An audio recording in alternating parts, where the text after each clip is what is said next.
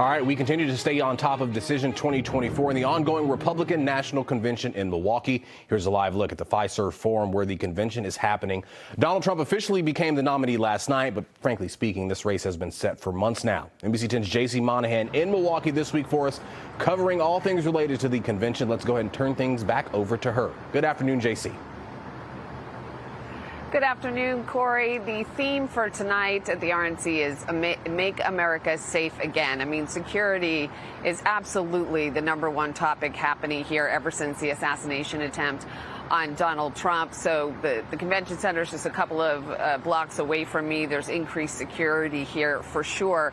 I want to bring in NBC 10 political analyst Sue O'Connell. Sue, it's just been 3 days, again, since shots were fired at Donald Trump. Since then, President Biden has come out and he's been saying, you know, we need to take the temperature down. We need to cool things off a little bit. Everybody should talk a little bit more nicely to everyone. Did that happen last night on day one of the RNC? Well, J.C., the first night brought us remarks by Representative Marjorie Taylor Greene, who's posed with guns in the past and has been accused of encouraging violence. But last night, she just attacked the establishment in Washington for what she said was holding Transgender Day of Visibility on Easter. Fact check, due to the way Easter works and the thing called the calendar, it landed on March 31st, which is the date that Transgender Day visibility has historically been held.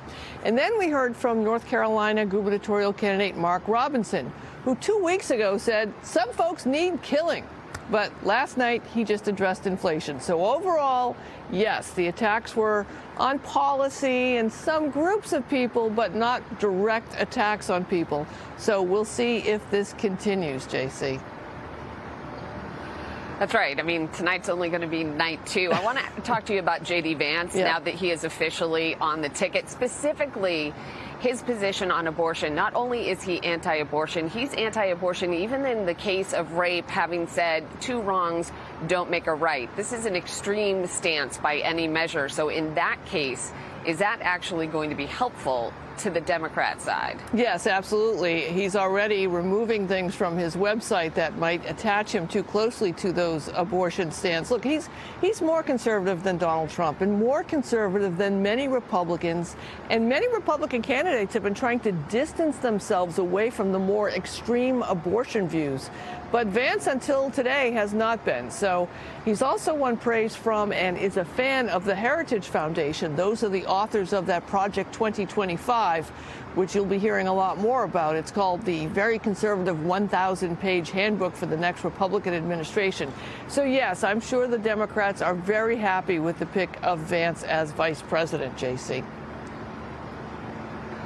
What about Nikki Haley? She's been a last-minute add to the speaker series happening here. She's on the stage at 8 o'clock tonight. We haven't heard much from her since she stepped out of the primary race against Donald Trump. Do you think she'll use tonight to throw support behind Donald Trump, or will it be more like standing up there to remind people she's still here, she's still a major player in the Republican Party, and she has a future? Well, probably all of those things, J.C. She's definitely going to make a call for unity. That's what she has. That's sort of her M.O. As you noted, Haley was just recently invited after the assassination attempt is when the invitation went out. She says she's going to vote for Trump, of course, but she hasn't quite given a full-throated endorsement of Trump and his policies. So the question is, will she do that tonight? Or will she make the case for the traditional conservative values that Haley does not share with Trump, like support for Ukraine? Will she do that? This is a speech for her future, too. So it's going to be interesting to see if the former ambassador is still a diplomat. Interesting. Sue, I always love hearing your take on all of this. Thanks, Thank you JC. so much for joining us.